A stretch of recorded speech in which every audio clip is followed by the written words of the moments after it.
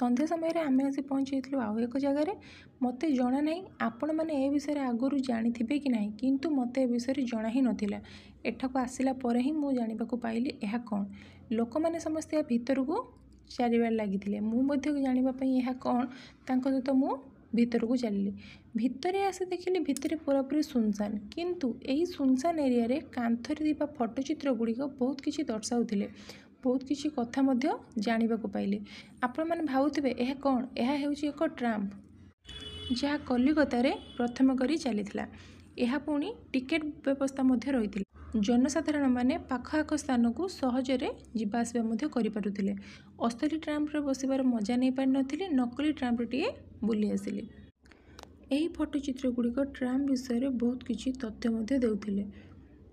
ଟ୍ରାମ୍ର ମଧ୍ୟ ଟିକେଟ୍ର ବ୍ୟବସ୍ଥା ରହିଥିଲା। 1978ରେ ଟ୍ରାମ୍ର ଟିକେଟ୍ ମଧ୍ୟ ଏଇଠି ଦେଖାଇ ଦିଆଯାଇଛି।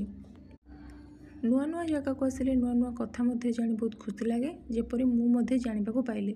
ଏହି ପୂଜା କମିଟିରେ ଥିବା ଲୋକମାନେ ଟ୍ରାମ୍ ବିଷୟରେ ବହୁତ କିଛି ତଥ୍ୟ ଦେଉଥିଲେ। ଯେଉଁ ଲୋକମାନେ ଟ୍ରାମ୍ ବିଷୟରେ ଜାଣିନଥିଲେ ସେମାନେ ଏହି ଲୋକମାନଙ୍କ ଠାରୁ ପଚାରି ମଧ୍ୟ ବୁଝୁଥିଲେ। ଟ୍ରାମ୍ କ'ଣ, କେବେ ଚାଲିଥିଲା, କାହିଁକି ବର୍ତ୍ତମାନ ଏହାକୁ ବନ୍ଦ କରିଦିଆଯାଇଛି। ତାପରେ ଆମେ ମାଆଙ୍କର ଦର୍ଶନ କଲୁ। ମାଆଙ୍କର ଦର୍ଶନ କରି ଆମକୁ ଯେତିକି ଆନନ୍ଦ ଲାଗିଥିଲା, ନୂଆ ଏକ କଥା ଟ୍ରାମ୍ ବିଷୟରେ ଜାଣି ଆମକୁ ମଧ୍ୟ ବହୁତ ଖୁସି ଲାଗିଲା। ବର୍ତ୍ତମାନ ଏହା କଲିକତା ସହରରେ ଆଉ ଚାଲୁନାହିଁ, ବନ୍ଦ ହୋଇଯାଇଛି।